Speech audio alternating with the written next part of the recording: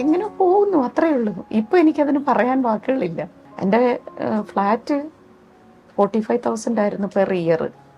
ഞാൻ ഉപയോഗിച്ചുകൊണ്ടിരുന്ന വണ്ടികളെന്ന് പറഞ്ഞു കഴിഞ്ഞാൽ ലാൻഡ് ക്രൂസറും ബെൻസും അങ്ങനെയൊക്കെയായിരുന്നു. തിരുവനന്തപുരം വട്ടിയൂർക്കാവ് സ്വദേശി സൂസൻ ആന്റണി. 37 വർഷം മുൻപ് UAE-യിലെത്തിയ സൂസൻ 2012 സ്വന്തം ബിസിനസ് തുടങ്ങി. 2015 3 ലക്ഷത്തോളം ദിർഹം മുടക്കി അജ്മാനിൽ ഫൈബർ ഗ്ലാസ് ഫാക്ടറി ആരംഭിച്ചു. സഹോദരങ്ങളും ബന്ധുക്കളും നാട്ടുകാരുമായി 78 പേർക്ക് ജോലി നൽകി.